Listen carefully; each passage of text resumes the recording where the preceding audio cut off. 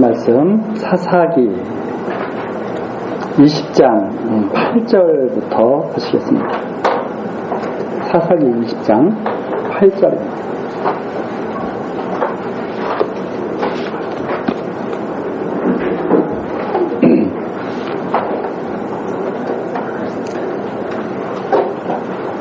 사사기 20장 8절 모든 백성이 일제히 일어나며 가로되 우리가 하나라도 자기 장막으로 돌아가지 아니하며 하나라도 자기 집으로 들어가지 아니하고 우리가 기브아 사람에게 이렇게 행하리니 곧 제비 뽑아서 그들을 치되 우리가 이스라엘 집 모든 지파 중에서 100의 10, 1000의 100, 만의 1000을 취하고 그 백성을 위하여 양식을 예비하고 그들로 베냐민의 기브아에 가서 그 무리의 이스라엘 중에서 망령된 일을 행한 대로 징계하게 하리라 하니라. 이와 같이 이스라엘 모든 사람이 하나같이 합심하여 그 성읍을 치려고 모였더라. 11절까지 내용입니다. 자, 우리가 전 시간까지 이스라엘 하나님의 선택을 받은 하나님의 택함을 받았던 이스라엘 족속, 그러니까 이스라엘 이 족속이 하나님의 택함을 받은 족속인데 이 족속들이 얼마나 패역했는가 하는 것을 미가를 통해서 그리고 단지파를 통해서 우리가 살펴봤습니다. 이제는 그 미가 단지파를 넘어서 이스라엘 족속 전체의 패역에 대한 그러한 모습을 이제 보여주고 있습니다. 우선 19장서부터 그 내용, 19장에 있는 내용이 뭐냐면 이스라엘 백성들이 자기 속에는 오른 대로 행음하면서 사는 그런 모습입니다.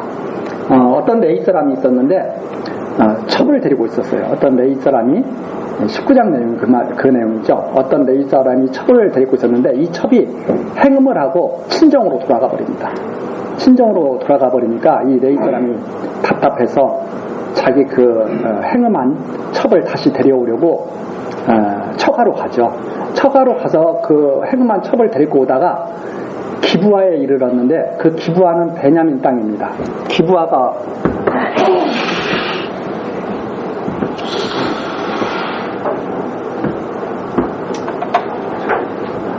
이스라엘 지도를 대략적으로 보면 이게 되죠. 그래서 이제 여기가 이제 예루살렘이라면 요 바로 예루살렘 위가 이 기브아입니다. 여기가 바로 베냐민이 바로 여기 이 예루살렘 이쪽으로 해서 이렇게 이 베냐민 지파의 땅이죠. 베냐민 지파가 바로 여기 이 예루살렘을 이주로 한 이 지역이 베냐민 지파가 제비 뽑은 땅입니다. 그래서 베냐민 지역에 속해 있는 지역이 바로 이 기브아라고 하는 이 땅이죠. 이 지역이죠. 그런데 여기에 이르렀는데 그만 거기에 못된 무리들이 이 첩을 갖다가 강제로 끌어내다가 못된 짓을 하죠. 그래서 결국은 이 첩이 죽고 맙니다. 그랬더니 이 레위 사람이 이 죽은 첩의 그 시체를 갖다가 다 토막내가지고 이스라엘 각 지파에게 다 보내죠. 내가 이 사건을 알려야 되겠다 해가지고 이스라엘 지파에다가 다 한 토막씩 다 보내버립니다. 이스라엘에 대해서는 난리가 난 거예요. 이게 웬일이냐 하고 난리가 났더니 내가 첩을 데리고 돌아오는데 이 기브아에 이 못된 무리가 강제로 못된 짓을 하고 죽었다. 이걸 그대로 두어서야 되겠느냐 이렇게 된 거죠. 그래서 이스라엘 사람들이 다 모입니다. 다 모여가지고 회의를 딱 했는데 이거 그대로 둬서는 안 되겠다. 이거 어떻게 이런 일을 할 수가 있느냐. 그래가지고 결의하는 내용이 바로 이 내용이에요. 8절. 그죠? 20장 8절. 일제히 일어났죠. 이스라엘 중에 이런 일이 있을 수가 있느냐. 그러죠. 그래서 일제히 일어나가지고 우리가 이 일이 해결되기 전에는 집으로 돌아가지 않겠다. 그게 8절 내용입니다. 그러면서 9절이죠. 우리가 제비 뽑아서 이렇게 하자. 뭘 제비 뽑는다는 말이냐면 싸움에 나갈 사람들 뽑자 이 말이죠. 싸움에 나갈 사람들. 이 기브아를 갖다가 칠 사람들을 뽑자. 그렇게 해서 징계하자. 우리가 언뜻 보면 상당히 잘하는 일이에요, 못하는 일이에요? 참 잘하는 일 같죠, 언뜻 보면. 그러나 지금 이 사사기 전체 이 내용 중에서 지금 무엇을 말하고 있느냐면 잘하고 있다는 것을 말하고 있는 게 아니죠. 이들이 봐라, 얼마나 어리석고 무지하고 부패했느냐. 지금 그걸 계속 지금 말해주려고 하는 내용이거든요. 그래서 이스라엘 사람들이 하여튼 이 기브아를 치기 위해서 다 결의를 했습니다. 결의를 했는데 그 다음에 20장 12절서부터 16절 보면 베냐민 지파, 이 베냐민 지파에 속해 있는 것이 기브아잖아요. 이 베냐민 지파는 무슨 소리야? 우리는 거기에 같이 할 수 없어. 베냐민 지파는 반대하고 나서는 거죠. 지금 우리 사회에서도 가끔가다 보잖아요. 무조건 자기네 편은 어때요? 아무리 잘못했어도 자기네 편은 다 이렇게 막 보호하죠. 다 똑같습니다. 여기 보니까 이스라엘 12절서부터 보시면 이스라엘 지파들이 베냐민 온 지파의 사람들을 보내어 두로 행하며 이르기를 너희 중에 생긴 이 악이 어찌미뇨? 그런즉 이제 기브아 사람 곧 그 비류를 우리에게 붙여서 우리로 죽여 이스라엘 중에 악을 제하여 버리게 하라. 하나 베냐민 자손이 그 형제 이스라엘 자손의 말을 듣지 아니하고, 이 원래 이 악을 없애라고 하는 것이 이 율법에 나와 이런 기브아의 이런 못된 짓을 한 사람들은 다 돌맞아 죽어야죠. 율법에 의하면. 근데 이 이스라엘 백성들이 다 그 율법을 받은 사람들이잖아요. 그러니까 우리 그 법대로 하자. 이렇게 하니까 베냐민 자손이 그 말을 듣지 않고 14절 어떻게 하느냐.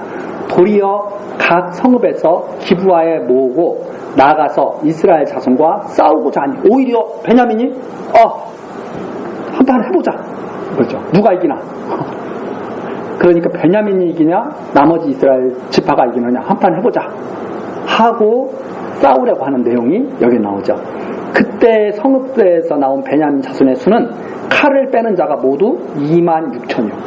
베냐민 지파에서 싸움을 하려고 나오는 사람들이 26,000. 그 위에 기브아 거민 중 택한 자가 700. 기브아 사람들은 베냐민 소속이니까 거기에서 700. 그렇게 해서 다 싸움 준비를 하고 나오는데, 이 사람들은 엄청난 싸움을 잘하는 사람들이에요. 16절에 보니까 물매로 돌을 던지면 홀이라도 틀림없는 자들아. 얼마나 정확한지 다 지금으로 말하면 명사수들이에요. 그렇게 해서 싸움이 벌어지게 됩니다. 그런데 17절에 보니까 이스라엘 족속, 이스라엘 사람의 칼을 빼는 자의 수는 40만 명이에요. 그러니까 40만 명 대 베냐민 26,000여 명이 전투를 하게 된 거죠. 그럼 누가 유리할 것 같아요? 언뜻 생각하면 40만 명이 이겨야 되죠. 그런데 40만 명이 계속 지는 내용이 나옵니다. 이게 왜 이렇게 됐을까? 이게 우리들이 생각해야 할 일이죠. 왜 이런 일이 벌어졌을까? 그런데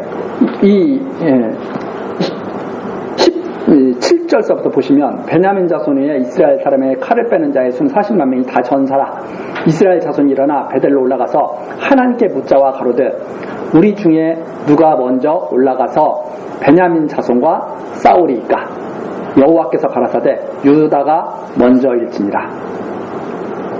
이스라엘 자손이 아침에 일어나 기브아를 대하여 진을 치니라. 이스라엘 사람들이 나가서 항우를 벌이고 거기서 그들과 싸우고자 하며 베냐민 자손이 기브아에 나와서 당일에 이스라엘 사람 22,000을 땅에 엎드렸으나 이스라엘 사람들이 스스로 용기를 내어 첫날 항우를 벌였던 곳에 다시 항우를 벌입니다. 첫 번째 전투에서 나머지 지파 족속들이 대패를 해버린 거예요. 베냐민이 이겨버린 거예요. 근데 하나님께 물어보고 갔어요? 안 물어보고 갔어요? 물어보고 갔죠. 누가 먼저 올라가겠습니까? 물어보고 갔죠. 근데 유다가 먼저 올라가라고 그랬잖아요. 그런데도 대패를 해버렸어요. 여기에서 우리가 자세히 이걸 살펴볼 필요가 있죠.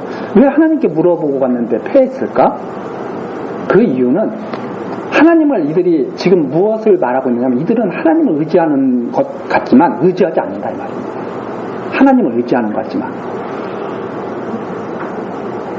무슨 말인가 하면 이런 말이죠. 이미 싸울 것은 자기네들끼리 다 정해놨어. 야 우리 저거 없애버리자. 쳐서 기부하고 없애버리자. 다 정해놓고 하나님 우리가 이렇게 정했는데 방법이 뭘까요? 어떻게 하면 좋을까요? 이런 정도의 하나님을 의지하는 거죠. 그래서 하나님께서 누가 먼저 올라가냐고 그러니까 그럼 유다가 먼저 올라가라 하고 말씀해 주셨는데 올라가서 대패를 했죠. 자, 그것이 첫 번째 전투였습니다. 그런데 이스라엘이 다시 스스로 힘을 내죠. 우리 아직도 우리는 2만 명이 죽었어도 저쪽은 2만여 명인데 우리는 그래도 38만 명이 있어. 다시 한번 해보자. 이렇게 해서 스스로 용기를 내가지고 다시 항우를 벌이죠. 싸울 준비를 하죠. 그래서 23절입니다. 이스라엘 자손이 올라가서 여호와 앞에서 저물도록 울며 여호와께 묻자와 가로되 내가 다시 나아가서 나의 형제 베냐민 자손과 싸우리이까 여호와께서 올라가서 치라. 이번에는 또 뭘 물어보냐면 이제 앞에서보다 조금 다르죠. 앞에서는 저거 쳐야 되는데 누가 먼저 나갈까요? 유다가 먼저 나가랬죠. 이번에는 울면서 하나님께 또 물어보죠. 베냐민은 우리의 형제인데 우리가 싸워야 됩니까? 하고 물어보죠. 그러니까 여호와께서 싸워야지 말씀하시죠. 그래서 나갑니다. 나갔는데 두 번째 전투도 대패를 해버리죠. 이번에는 이스라엘 자손 25절에 보니까 1만 8천 명이 쓰러져 버렸어요. 베냐민 2만여, 3만 명도 안 되는 베냐민 숫자에게 40만 명이 싸웠는데 1차도 한 2만여 명이 쓰러졌고 2차도 약 2만여 명이 또 쓰러져 버린 거예요. 이게 무슨 일이에요? 근데 하나님께 지금 다 물어봤거든요. 여호와께 다 울면서 물어봤거든요. 이번에는 뭘 물어봤느냐? 우리가 싸웁니까 맙니까? 이것은 물어봤는데 뭘 안 물어봤느냐? 어떻게 싸우냐를 또 안 물어봤죠. 그러니까 이게 지금 계속 어떤 것을 우리에게 보여주고 있냐면 이들은 겉으로만 하나님을 섬기지 온전히 하나님을 섬기는 족속이 아니다 이들이. 이런 내용들이 지금 계속 암시가 되고 있는 거죠. 그러면서 두 번째 전투도 대패를 해버렸습니다. 지금 그러니까 우리가 이것을 까딱 잘못 이해하면 어떻게 하면 우리가 전쟁에서 이길 수 있는가 이 방법을 자꾸 말해주는 것처럼 이렇게 착각할 수가 있어요.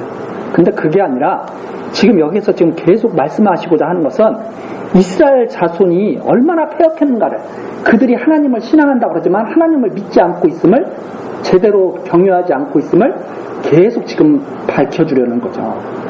그래서 하나님의 말씀대로 이루어졌다고 하는 가나안 땅에 들어가기 전에 하나님께서 그렇게 말씀하셨잖아요. 이들이 이 안에 들어가면 나를 섬기지 않고서 내가 이미 알아. 그러나 내가 아브라함과 이삭과 야곱의 언약을 생각하고 내가 너희를 여기에 들어간다. 그 말씀 속에서 이 사건이 벌어집니다. 근데 여기에 들어간 이스라엘 백성들이 정말 하나님이 말씀하신 대로 하나님을 잘 경외하지 않아요. 그래야 하나님이 말씀하신 대로 그대로 이루시는 여호와이심을 우리들이 알 수 있죠. 깨달아서. 지금 그걸 지금 보여주신 거예요.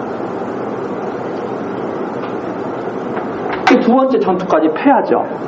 그러니까 26절 이제 이에 온 이스라엘 자손 모든 백성이 올라가서 베델에 이르러 울며 거기서 여호와 앞에 앉고 그 날이 저물도록 금식하고 번제와 화목제를 여호와 앞에 드리고 여호와께 물으며 드디어 하나님께 제사를 드리고 하나님을 제대로 섬기는 이제 그런 모습을 이제 갖게 되는 거죠. 그렇게 해서 여호와께 묻습니다. 그때에는 하나님의 언약궤가 거기 있었다. 하나님의 언약의 말씀을 생각하면서 하나님 앞에 제사하고 그리고 여호와 앞에 물죠. 28절 아론의 손자 엘르아살의 아들 비나스가 그 앞에 모셨더라. 대제사장까지.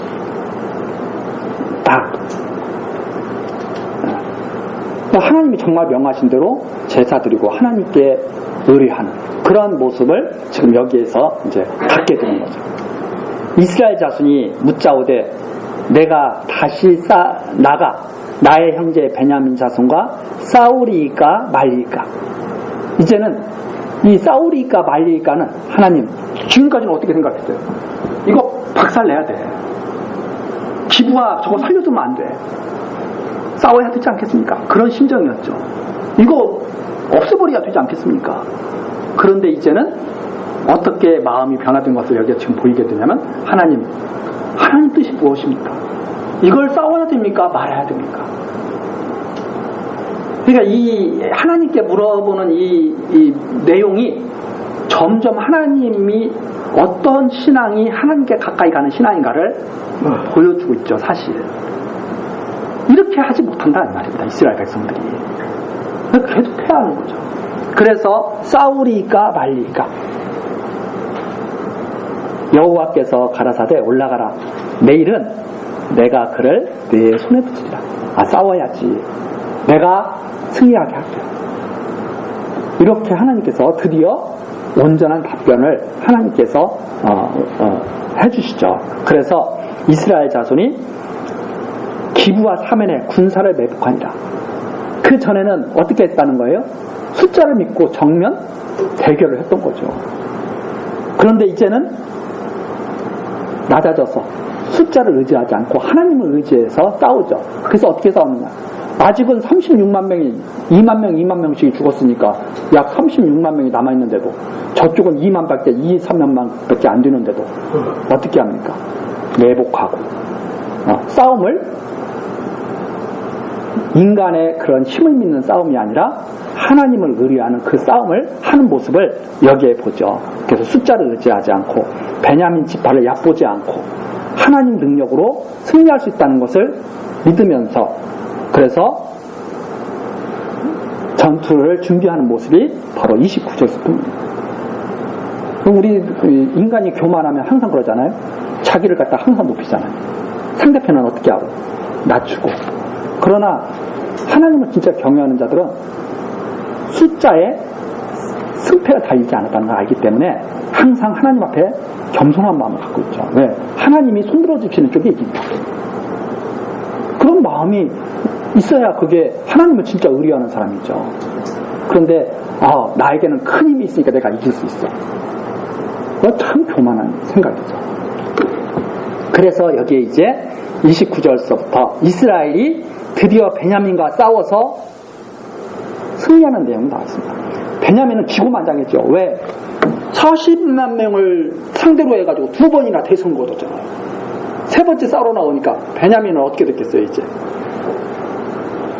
우리한테 꼼짝 못하잖아. 그러다가 세 번째는 어떻게 했어요? 대패를 하죠. 베냐민이. 그 내용이 나와 있습니다. 그래서 35절입니다.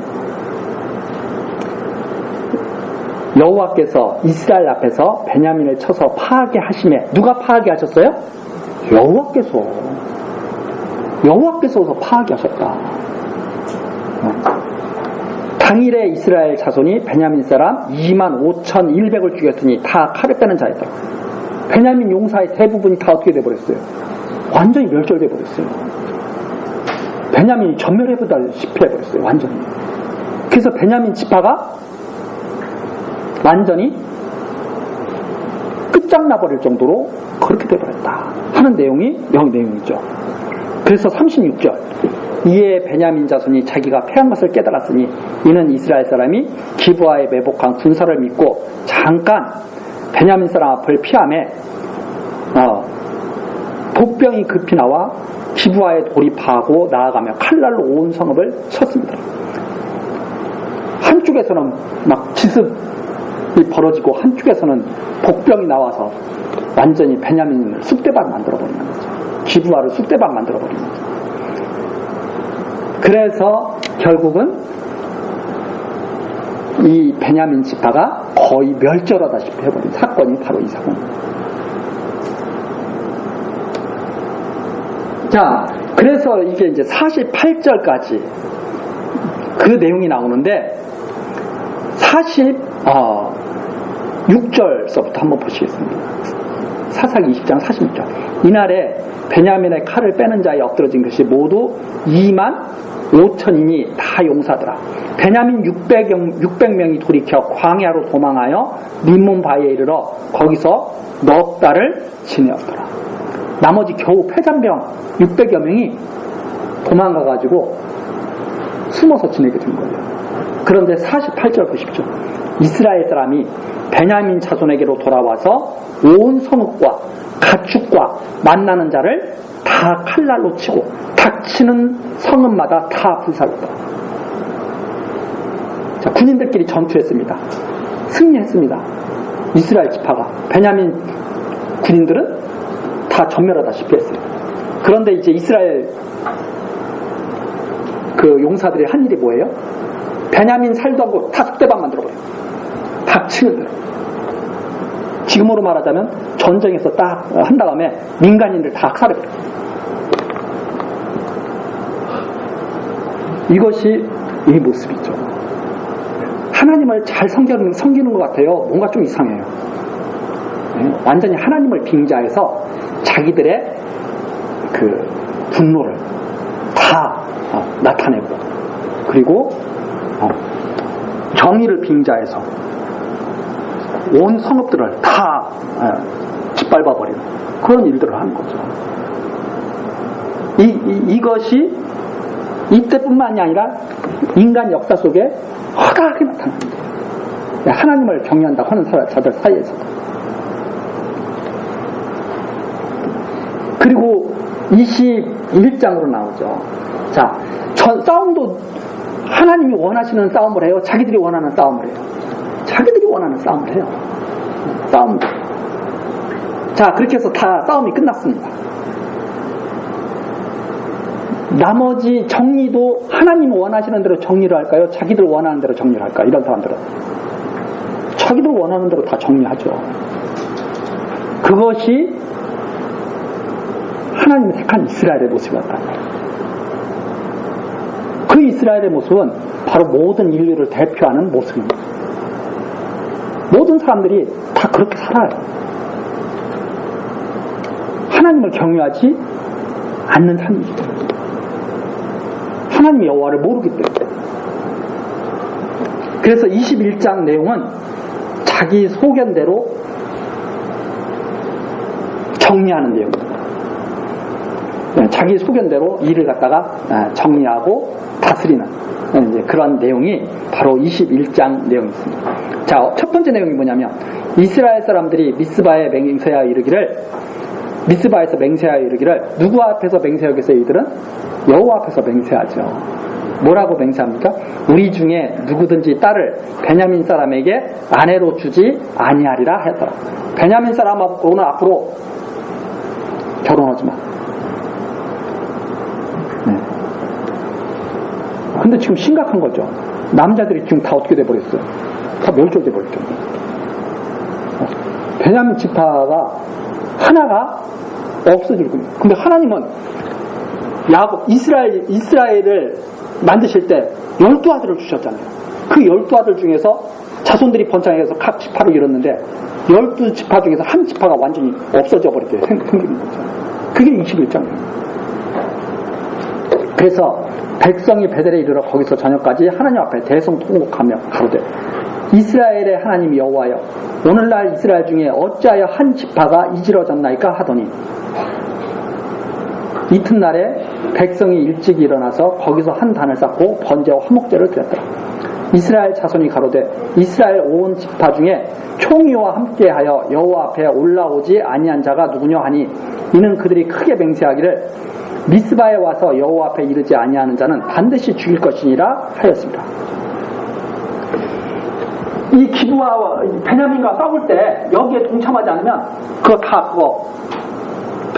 적군으로 여기자 이렇게 생각한 거예요. 그렇게 하고 이스라엘과 할 건 이스라엘이 그렇게 한 거죠. 베냐민과 상대하는 거는 이건 우리는 없다. 이렇게 자기네들끼리 막 결의를 한 거예요.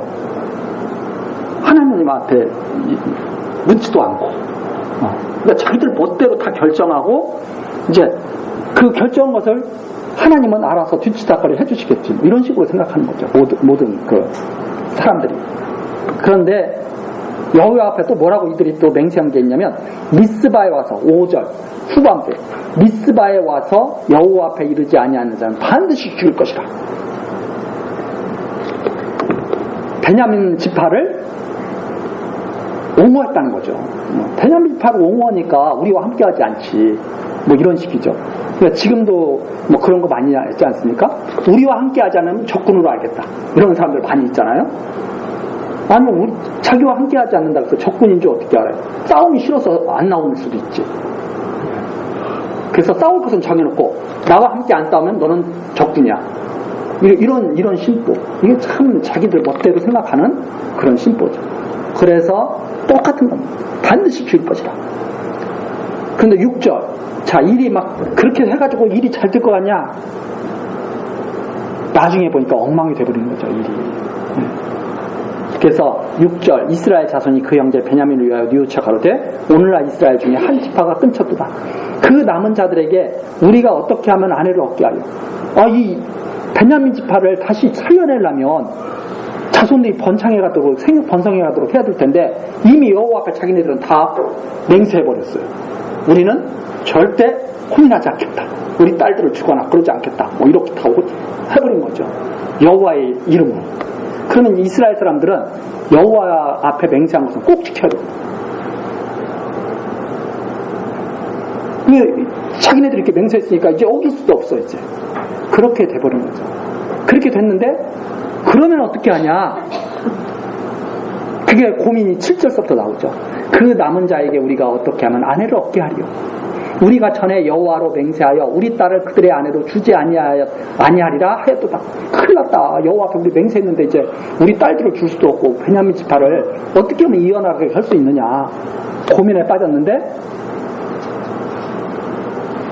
8절 또 가로되 이스라엘 지파 중 미스바에 올라와서 여호와께 이르지 아니한 자가 누구뇨? 맹세한 대로 또 이루어야 되잖아요. 그들은 하고 본즉 야베스 길르앗에서는 한 사람도 진에 이르러 총회에 참여치 아니하였으니 백성을 계수할 때 야베스 길르앗 거민이 하나도 거기 없으면 야베스 길르앗이 안 왔어? 이거 그러면 이것도 없애버려야죠. 뭐 이런 식으로 돼버리는 거죠. 여호와 앞에 맹세한 것을 지키기 위해서 악을 행하는 그러한 모습이 그러니까 이게 신앙이라는 게 잘못 신앙하면 얼마나 악하게 되는가를 알 수가 있죠. 여호와 앞에 맹세를 지키기 위해서 악을 행하는 이 어처구니 없는 일이 지금 21장에 나타나 있는 거죠. 그러면서 회중이 큰 용사 1만 2천을 그리로 보내며 그들에게 명하여 가로되 가서 야베스 길르앗 거민과 및 부녀와 어린아이를 칼날로 치라. 전쟁에 참여하지 않았다고. 칼날로 치라. 지금 우리 지금 현재 이 세계에도 중립국이라는 게 있지 않습니까? 중립국? 그 중립국은 어떤 거예요? 전쟁할 때 우리는 참여하지 않겠다. 우리 건드리지 마 아무도. 뭐 이러면서 중립국, 스위스 같은 이런 나라들 그러잖아요. 근데 예를 들어서 이런 거와 똑같은 거죠. 전쟁하고 난 다음에 우리와 함께 싸우지 않았어? 저것도 갖다 다 없애버려. 뭐 이런 짝이죠. 비유를 하잖아요. 완전히 다 야베스 길르앗 거민, 부녀와 어린아이들까지 다 죽여버렸어요. 그들이 야베스 길르앗 거민 중에서 젊은 처녀 400은을 얻었으니 이는 아직 남자와 자지 아니하여서 남자를 알지 못하는 자라. 그들이 실로 진에서 끌어오니라. 이는 가나안 땅이다. 그리고선 처녀들을 결혼하지 아니한 처녀들을 끌고 온 거예요. 포로로 잡아가지고. 그러 다음에 베냐민 자손에게 연락을 하죠. 야, 우리 이제 싸우지 말고 평화롭게 지내자. 해가지고 한 다음에 여자들을 갖다가 돌아온 사람들에게 준 거예요. 그 내용이 14절에 나오죠. 살려둔 여자들을 그들에게 주었으나 오히려 부족하다. 남자들이 빨리 이제 여자들과 결혼해가지고 자손을 낳아야 베냐민 지파가 이루어질 텐데 400명 가지고는 어림없는 거죠. 그래서 백성들이 고민에 빠진 거죠. 이걸 어떡할까? 그래서 16절서부터는 그걸 해결하는 방안이 나옵니다. 회중 장로들이 가로되 베냐민의 여인이 다 멸절되었으니 이제 남은 자들을 위하여 남은 자들에게 어떻게 하여야 아내를 어떻게 하고 어떻게 하면 아내를 주겠느냐. 베냐민에 도망하여 면한 자에게 마땅히 기업이 있어야 하리니 그리하면 이스라엘 중에 한 지파가 사라지면 어떠냐. 빨리 도망한 자들에게 아내를 주어서 베냐민에 살아남은 자들에게 아내를 주어서 생육 번성하게 해야 베냐민 지파가 보호가 돼서 하나님의 뜻대로 12지파가 하나님의 백성으로 이렇게 남을 거 아니냐. 하나님을 위한 열심이 뛰어나야 안 뛰어나요? 뛰어나죠. 어떻게 하면 하나님 뜻을 이룰까 우리가. 하나님이니까. 그래서 잘못된 열심은 조심할 필요가 있습니다. 잘못된 열심은 오히려 하나님을 대적하게 되기도 하죠. 그게 바로 이런 속에서 우리가 그런 것들을 볼 수 있죠. 신앙 열심이 까딱 잘못하면 이게 하나님께 오히려 대적하는 일로 나타날 수도 있겠구나. 올바른 신앙을 갖는 것이 그래서 아주 소중하다는 거죠. 올바른 신앙하는 거. 이게 얼마나 기가 막힌 일입니까? 그래서 하나님께 맹세도 지키고 베냐민 지파가 생육 번성하게도 하고 하는 것이 뭐냐면 납치하려는 거예요. 야, 여자들 납치해 가서 살아봐. 그러면 우리 맹세한 것도 지킬 수 있고. 왜? 우리가 준 건 아니니까. 베냐민 지파도 생육 번성할 수 있고. 이런 얄팍한 악한 꾀를 냅니다. 그 내용이 참 나오죠. 그래서 명하는 내용 보십시오. 20절 베냐민 자손에게 명하여 가로되 가서 포도원에 숨어 보다가 실로의 여자들이 무도하러 나오거든. 이제 축제 날이니까 축제 춤추러 나오면 붙들어서 아내 삼아라. 한마디로 말해서 납치해 가라 이 말이죠. 좋은 말로 아내 삼아라지. 납치해 가서 아내 삼아라. 하나님께 맹세한 대로 지키기 위해서. 기가 막히지 않습니까? 자, 그래서 뭐라고 말하냐면 그렇게 한다면 우리는 죄가 없다 이거죠. 우리는 죄가 없다. 그래서 23절입니다. 베냐민 자손이 그같이 행하여 춤추는 여자 중에서 자기의 수요대로 아내로 붙들어 가지고 자기 기업에 들어가서 성읍을 중건하고 거기 거합니다. 그래서 이제 일이 해결됐죠. 자, 어떻게 해결됐어요? 결론 25절. 그때 이스라엘에 왕이 없으므로 사람이 각각 자기 소견에 옳은 대로 행하였더라. 이거 봐라. 얼마나 하나님이 없이 살아가는 족속이냐. 얼마나 제멋대로냐. 가나안 땅에 들어가기 전에 말씀하신 하나님의 말씀대로 이루어졌습니까? 안 이루어졌습니까? 이루어졌다는 것이 증명되잖아요. 확실하게. 그래서 이 말씀이 하나님이 여호와심을 깨달아 알게 하는 말씀. 언약하신 대로 말씀하신 대로 반드시 이루시는 그분이 살아계신다고 하는 계시의 말씀이 되는 거다. 보여주시는. 이 정도로 이스라엘 백성들이 타락했더라. 하나님께서 그렇게 은혜를 베풀어서 가나안 땅을 주셨는데 바로 그 내용이 바로 여기 이렇게 결론을 딱 맺습니다. 그래서 그 뒤에 계속 17장서부터 18장서부터 계속 나오는 것이 미가 내용하면서 왕이 없었다. 단지파 폐역한 사건이 기록되면서 그들에게 왕이 없었다.